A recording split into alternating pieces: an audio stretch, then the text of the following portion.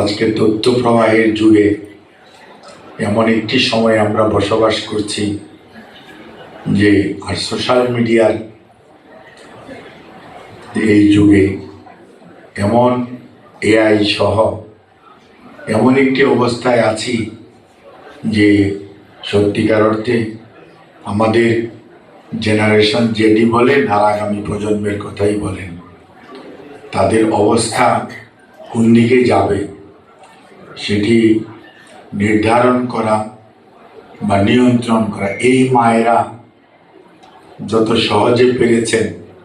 সামনের মায়েরা এত সহজে পারবেন বলে আমার মনে হয় না। কারণ আমারও 3টি মেয়ে আছে। কাজেই সেজন্যই আমি সবাইকেই বলি বা আমি আমার নিজেকেও বলি, আর আল্লাহ রাব্বুল আলামিনকে বা সৃষ্টিকর্তাকে বলি আমাদেরকে এই জ্ঞান এই সময়ের সর্বোত্তম ব্যবহার করার এতে সুযোগ আমরাও পাই, আমাদের আগামী প্রজন্ম পায়। অর্থাৎ এই জ্ঞান যাতে আমাকে বৈশ্বিক অশান্তি, সামাজিক বা পারিবারিক অশান্তির দিকে ধাবিত না করে আগামী দিনে দেশ, পরিবার সবাই যাতে আমরা যে বলি